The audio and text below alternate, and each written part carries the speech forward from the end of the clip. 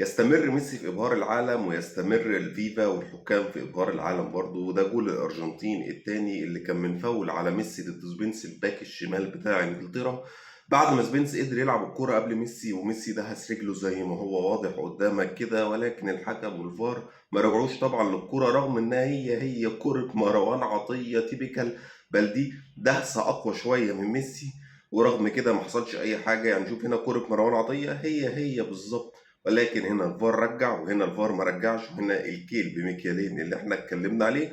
وده ما يمنعش خالص ان ميسي لعيب عظيم، وما يمنعش خالص ان روح الارجنتين في اخر 10 دقائق في اي ماتش بتبقى مختلفه، ويستحقوا الفوز بسبب روحهم وبسبب تراجع انجلترا الغير مبرر بالنسبه لي. ولكن هنا كان لازم الجول ده يتلغي والفار يرجع الحكم، لان الكوره فاول واضحه وصريحه على ميسي زي كوره مروان عطيه، يا اما كنت حسبت جول مصر وما لغيتوش زي ما الفار رجعه وحصل بالظبط. ده الفيفا ودي حكام الفيفا وده كاس العالم الموجه. ما تنساش اللايك والشير والمتابعه، تقول لي ايه رايك في الكوره دي. وبس كده، سلام.